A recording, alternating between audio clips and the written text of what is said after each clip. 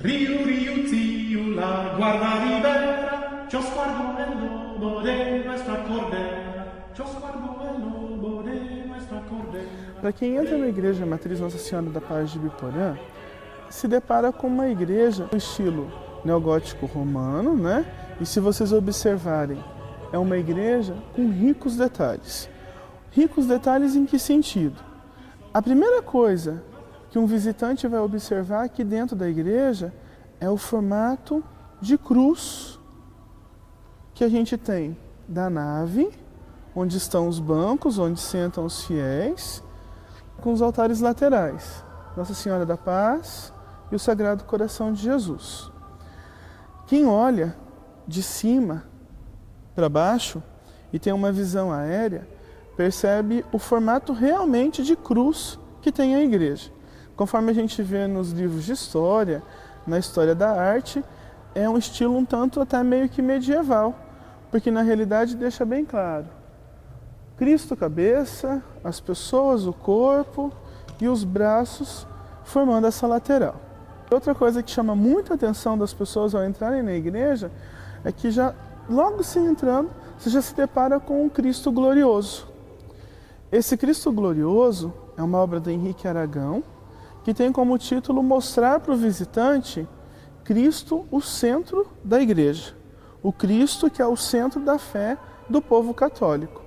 E logo abaixo desse Cristo glorioso, a gente encontra o quê? O sacrário. O sacrário onde a gente encontra a Eucaristia, onde nós encontramos aquilo que é o alimento para a fé do católico. Afinal de contas, todo domingo o católico vem para a missa participar da Eucaristia. Outra coisa que a gente acaba percebendo muito e que, querendo ou não, acaba sendo muito marcante na nossa igreja são as colunas. Cada coluna dessa foi perfurada por uma família pioneira, né? A fundação dessas colunas, algumas têm até 20 metros de profundidade, chegando até o basalto, chegando até a rocha sã e coberta todinha por concreto.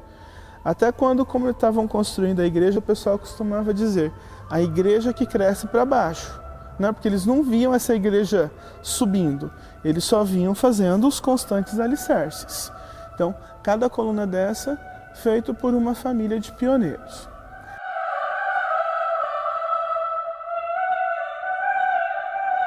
Outro detalhe importantíssimo são os coloridos dos vitrais. São vitrais todos italianos. Cada vitral desse foi doado ou por uma família de pioneiros, ou por uma associação, ou por alguma pastoral. Vocês vão encontrar ali famílias pioneiras, até mesmo vitrais doados pelo Alexandre Gutierrez Beltrão. Lá em cima, os vitrais dos apóstolos, dos evangelistas, todos com as descrições de quem doou. Isso já marca a história, né? Quem morava aqui nessa época? E uma divisão muito interessante que vale a pena a gente observar.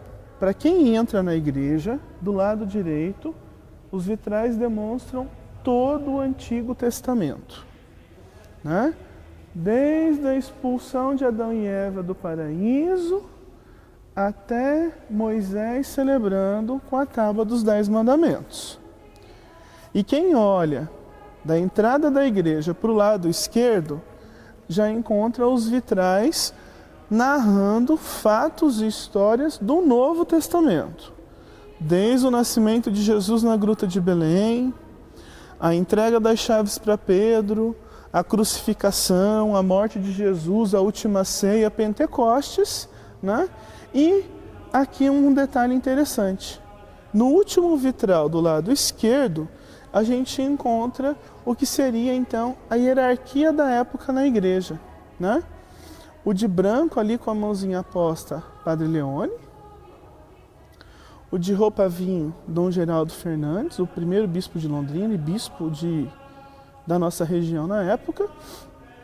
E logo em cima, com as mãos esticadas, o Papa Pio XII, que a gente tem inclusive a nossa praça central dando título a esse Papa.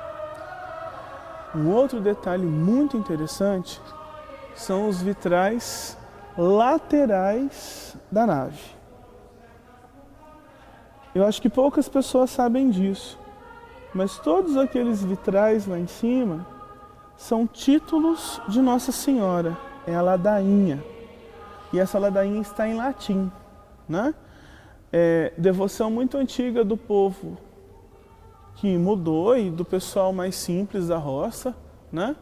Para quem não sabe o que é a ladainha, são várias invocações de Maria, dizendo: Mãe de Deus, rogai por nós, Virgem das Virgens, rogai por nós, e aí por diante. Até por volta de 1955, essa paróquia tinha como padroeira Nossa Senhora da Conceição. Com a mudança de diocese de Jacarezinho para Londrina, o bispo achou por bem trocar o título da paróquia também. Então, de paróquia Nossa Senhora da Conceição, ela passou a ser considerada Nossa Senhora da Paz. Algumas pessoas fazem alusão ao fim da Segunda Guerra Mundial, né? Acabou a guerra, reinou a paz, Nossa Senhora da Paz. Mas foram só alusões mesmo. O bispo Dom Geraldo Fernandes, junto com o pároco da época, achou por bem trocar o título, e a imagem de Nossa Senhora da Paz está lá na frente. É uma imagem em madeira, né? Dizem também que veio da Itália e foi acolhida pelo povo católico por volta de 1955, 1956, trazida por Dom Geraldo Fernandes. Até tem imagens no livro Tombo da paróquia que mostram essa carreata, né? O outro detalhe muito interessante na igreja são as duas riquezas que fizeram com que essa igreja estivesse em pé. Para quem entra no lado direito, do lado de cima, um cacho de café, e do outro lado, um galho de algodão. Porque a gente já estava tendo a transição da lavoura de café, né, para o algodão, um princípio de modernização de agricultura, né? Justo acima dessas duas riquezas está uma pintura que representa a Maria e a Santíssima Trindade. Logo na cúpula, para quem entra, e aqui é até interessante que quando a pessoa entre e veja a cúpula, ela deite nos bancos ou no chão, né? Porque lá na cúpula, essa obra de 1966, feita pelo Henrique Aragão, né? Ela retrata vários símbolos eucarísticos. Se a gente observar os detalhes, tem os peixes, que eram os símbolos usados pelos antigos cristãos para se identificarem, né? Um fazia uma parte e o outro completava, e assim sabia que era cristão. Tem o cordeiro, que é o Cristo. Tem vários cachos de trigo, tem várias referências a pão.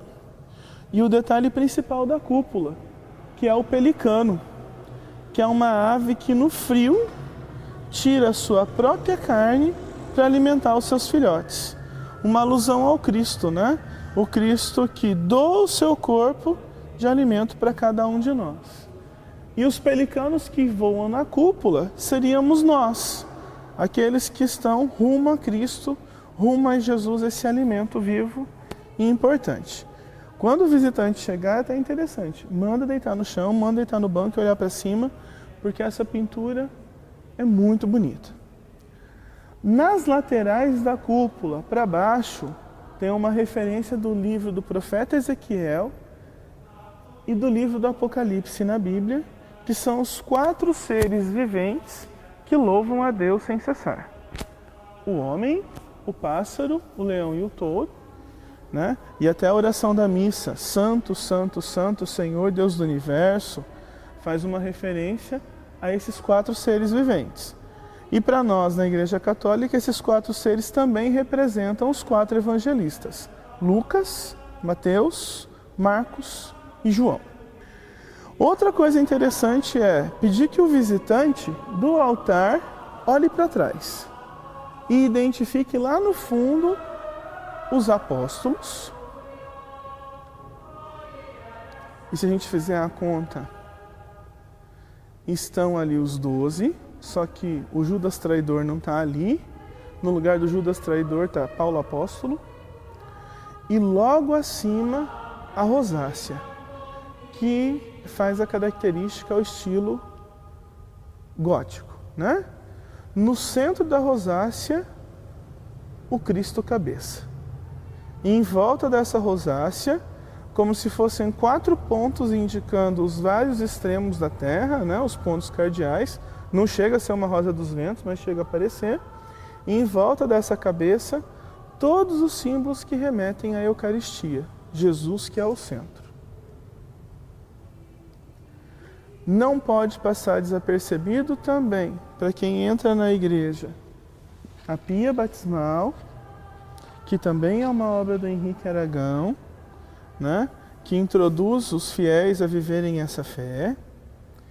Não pode também passar desapercebido para o visitante o altar de Nossa Senhora Aparecida, né, que é feito todo em madeira e trabalhado em madeira e pintado pelo Henrique de Aragão, certo? Padroeira do Brasil.